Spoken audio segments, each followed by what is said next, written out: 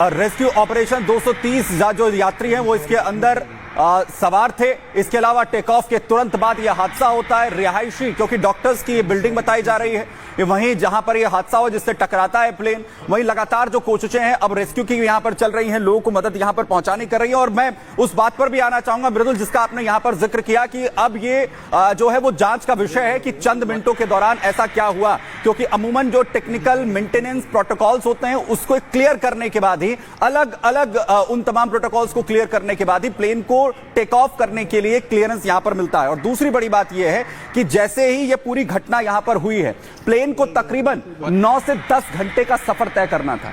अब कोई फ्लाइट अगर 9 से 10 घंटे का सफर करने के लिए अगर टेक ऑफ कर रही है, जो इंटरनेशनल फ्लाइट्स होती हैं, हालांकि जो नेशनल फ्लाइट्स हैं, जो डोमेस्टिक फ्लाइट्स हैं और जो इंटरनेशनल फ्लाइट्स हैं, उनका लगभग प्रोटोकॉल एक जैसा होता है, लेकिन अगर 9 से 10 घंटे का टेक ऑफ करने के लिए उससे पहले पायलट्स अपने कॉकपिट में आकर बैठे हैं, उन्होंने तमाम चीजों को चेक किया होगा। बिल्कुल, वो आखिरी जो चेक पॉइंट्स हैं उन पर टिक करते हैं कि हां इंजन सही तरीके से काम कर रहा है, कि हां फ्यूल जो है वो प्रॉपर तरीके से फिलअप है। वो चेक करते हैं कि हाइड्रोलिक ऑयल्स वगैरह प्रॉपर तरीके से हैं या नहीं, वो टायर्स के जो प्रेशर है वो सही है या फिर नहीं, तमाम चीजों को चेक करते हैं। लेकिन 9 मिनट के अंदर ही जैसे ही वो तकरीबन 800 फीट की ऊंचाई पर पहुंचता है, मेडे कॉल की जाती है। सबसे बड़ी बात, एटीसी के साथ जब भी पायलट कांटेक्ट करते हैं तो अलग अलग वर्ड फिक्स किए गए हैं। इसमें जो मेडे पर हम लगातार जिक्र कर रहे हैं, पायलट कुछ और एटीसी से कम्युनिकेट नहीं करता है, वो सिर्फ और सिर्फ मेडे बोलता है। मेडे का मतलब यह होता है कि एटीसी को जो भी इंफॉर्मेशन पहुंच रही है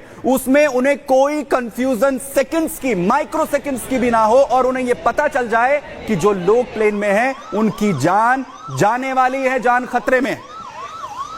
तो जान खतरे में है। और जो मेडे का एक्सप्लेनेशन पूरी तरीके से सुमित ने आप लोगों को बताया, और कई लोगों को यह जानकारी मिली कि यह होता क्या है।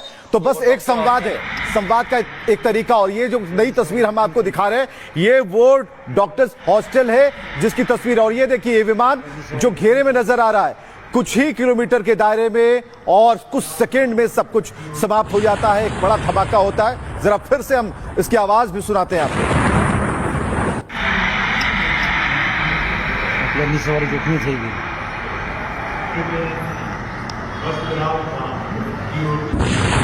बहुत चीजें संदिग्ध लग रही हैं, बहुत चीजें संदेह पैदा कर रही हैं, लेकिन अभी प्राथमिकता यही है कि अगर कुछ यात्री बचे हुए हैं, क्योंकि 100 से ज्यादा 105 यात्रियों की मौत की खबर है, पुष्टि कर दी गई है, लेकिन उन लोगों को बचाया जा रहा है जो गंभीर रूप से घायल हैं।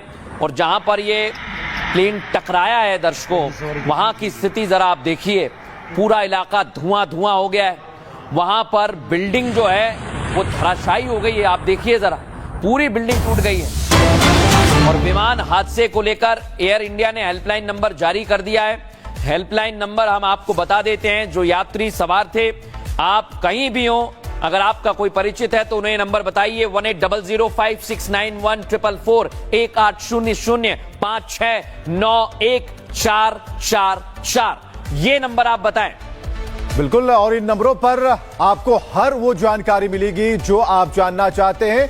तो एयर इंडिया हेल्पलाइन नंबर 9821414954, इस नंबर को भी डायल कर सकते हैं। यह भी हेल्पलाइन नंबर है। और सभी लोगों से जो वहां मौजूद हैं उनसे अपील यही है कि भीड़ मत लगाइए, ज्यादा से ज्यादा लोगों को मदद पहुंचाने में आप सहयोग कर सकते हैं। जो एनडीआरएफ की टीम मौजूद है, जो अस्पतालों की टीम मौजूद है, जो डॉक्टरों की टीम मौजूद है, उन्हें पूरा का पूरा सहयोग करिए, ताकि जो लोग इस हादसे में गंभीर रूप से घायल हुए हैं उन्हें इलाज मिल पाए, उन्हें वो सारी चीजें मिल पाए।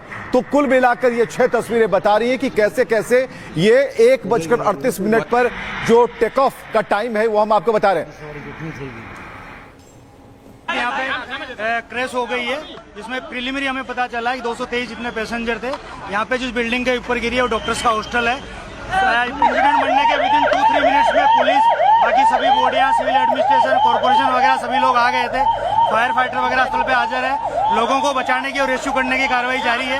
ऑलमोस्ट 70 से 80% एरिया हमने क्लीन कर लिया, बाकी आने समय में हम लोग क्लियर कर लेंगे। मैं सभी मीडिया के मित्रों से रिक्वेस्ट करता हूं, सभी हमसे सहयोग करें, जितनी पुलिस, उसके अलावा जितनी भी agency, army, BSF, CISF, corporation, collector office के सभी स्टाफ, सभी यहाँ काम में लगे हुए हैं। प्लीज हमसे सहयोग करिए और थोड़ी सी हमारे लिए जगह बना के रखिए ताकि हम एम्बुलेंस को ग्रीन कॉरिडोर बना के हॉस्पिटल तक पहुंचा सके। Thank you.